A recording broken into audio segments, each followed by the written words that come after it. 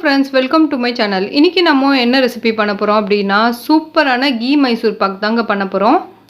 அதுக்கு நான் இந்த கப்ல வந்து ஒரு கப் ஃபுல்லா கடலை மாவு, அதுக்கு அப்புறம் இந்த கப்ல வந்து பாதி வந்து நெய், பாதி வந்து எண்ணெய் ரெண்டும் சேர்த்து எடுத்துர்க்கேங்க. இது ரொம்ப இம்பார்ட்டன்ட்டான ஸ்டெப்புங்க. கடலை மாவு வந்து நல்ல பச்சை வாசனை போற வரையும் வறுத்து எடுத்துக்கணும் ஃபர்ஸ்ட்.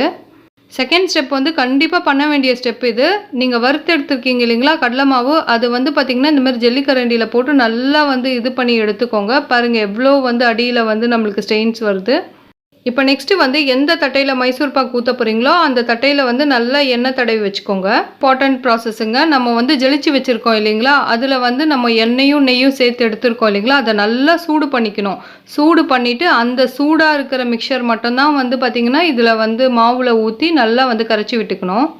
இப்போ நீங்கள் நெய்யும் எண்ணெயும் எடுத்துருக்கீங்க இல்லைங்களா, அது வந்து சூடு பண்ணாமல் நீங்கள் ஆட் பண்ணிட்டீங்கன்னா மாவு அவ்வளோ சீக்கிரத்தில் வேகாது. நீங்கள் எவ்வளோக்கு எவ்வளோ சூடாக வந்து அதை பண்ணி ஆட் பண்ணி இந்த மாதிரி மிக்ஸ் பண்ணி வச்சுக்கிறீங்களோ அப்போ தான் அது கரெக்டாக இருக்கும் உங்களுக்கு.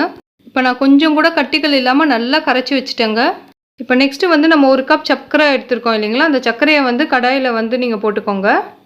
இப்போ தண்ணி வந்து நான் இந்த அளவுக்கு காட்டுறேன் பார்த்தீங்களா, 1/4 கப் தண்ணி அது மட்டும் நான் இதில் போட்டுக்கிறேன். இப்போது சர்க்கரை நல்லா வந்து கரையட்டுங்க. நான் நல்லா மிக்ஸ் பண்ணி விட்டுக்கிறேன். நெக்ஸ்ட்டு வந்து பார்த்திங்கன்னா நல்லா வந்து பப்புள்ஸ் வர ஆரம்பிக்கும். நல்லாவே வந்து ஒயிட் பப்புள்ஸ் வரும். இந்த பப்புள்ஸ் வந்ததுலேருந்து நெக்ஸ்ட்டு வந்து நம்ம இதை ஊற்றிடலாம் மாவை. நீங்கள் மாவு இதில் போட்டுட்ட உடனே நீங்கள் கை விடாமல் வந்து கிளறிட்டே இருக்கணுங்க. உங்களுக்கு வந்து வித்தின் ஒரு 10 மினிட்ஸ்லேயே வந்து ரெடி ஆகிடும். நல்லா வந்து நீங்கள் மிக்ஸ் பண்ணிகிட்டே இருக்கணும், கை விடாமல் கிளறணும். நான் வந்து கடலை மாவில் வந்து நெய் போட்டு கரைக்கும் போது கொஞ்சம் தாங்க வந்து கரைச்சி விட்டுருந்தேன். இப்போ வந்து பார்த்திங்கன்னா பேலன்ஸ் இருக்கிற அந்த எண்ணெயை வந்து பார்த்திங்கன்னா கொஞ்சம் கொஞ்சமாக நம்ம ஆட் பண்ணிக்கலாம் இதில். நான் இப்போது நல்லா வந்து மிக்ஸ் பண்ணிகிட்டே இருக்கேங்க, கைவிடாமல் வந்து கிளறி விட்டுட்டே இருக்கேன். இப்போ நான் இந்த வீடியோவில் வந்து பார்த்திங்கன்னா நான் எல்லாமே ஸ்டெப் பை ஸ்டெப் ப்ராசஸ் தாங்க உங்களுக்கு வந்து காட்டிகிட்ருக்கேன். இப்போ வந்து ஆல்மோஸ்ட் வந்து 80% வந்து ரெடி ஆகிடுச்சிங்க. நம்ம வந்து சைடில் இருக்கிறது எல்லாமே எடுத்து விட்டு நல்லா வந்து மிக்ஸ் பண்ணி விட்டுக்கலாம்.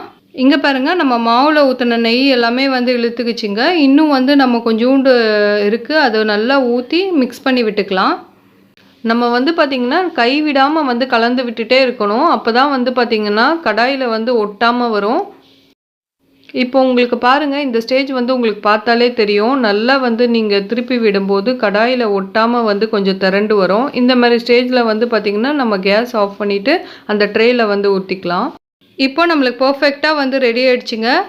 இங்கே பாருங்கள், நான் இது எடுத்து வந்து இப்படி போட்டு காட்டுறேன் பாருங்கள், உங்களுக்கு கரெக்டாக வந்து விழுது இல்லைங்களா, இது வந்து பக்காவாக இருக்கும்.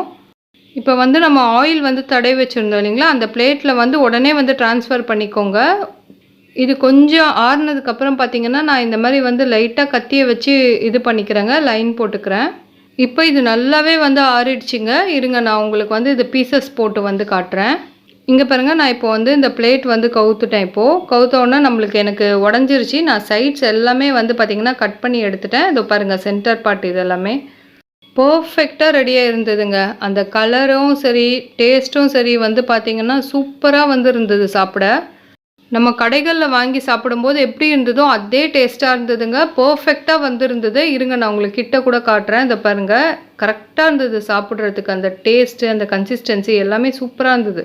நீங்கள் ட்ரை பண்ணும்போது ஃபுல்லாகவே ஆயில் போட்டு செஞ்சாலும் செஞ்சுக்கோங்க, அப்படி இல்லைனா ஃபுல்லாகவே நெய் போட்டு செஞ்சாலும் செஞ்சுக்கோங்க. நான் வந்து பார்த்திங்கன்னா ஒரு கப்பில் பாதி கப் ஆயில் பாதி கப் நெய் போட்டிருக்கேன். ஏன்னா எனக்கு ஃபுல்லாகவே நெய் போட்டாலும் திகட்டும்னு சொல்லிட்டுங்க. நான் இப்போ உடச்சி காட்டுறேன் பாருங்கள், இது எப்படி இருக்குதுன்னு சொல்லிட்டு. எவ்வளோ சாஃப்டாக இருக்குது பாருங்களேன். இந்த வீடியோ உங்களுக்கு ரொம்ப யூஸ்ஃபுல்லாக இருக்கும்னு நினைக்கிறேங்க. மறக்காமல் என்னோட சேனலை சப்ஸ்கிரைப் பண்ணிக்கோங்க. இந்த மாதிரி நிறைய ரெசிபிஸ் வந்து ஷேர் பண்ணுறேன். இவ்வளோ நேரம் என்னோடய வீடியோ பார்த்ததுக்கு தேங்க்யூ. தேங்க்ஸ் ஃபார் வாட்சிங். பை.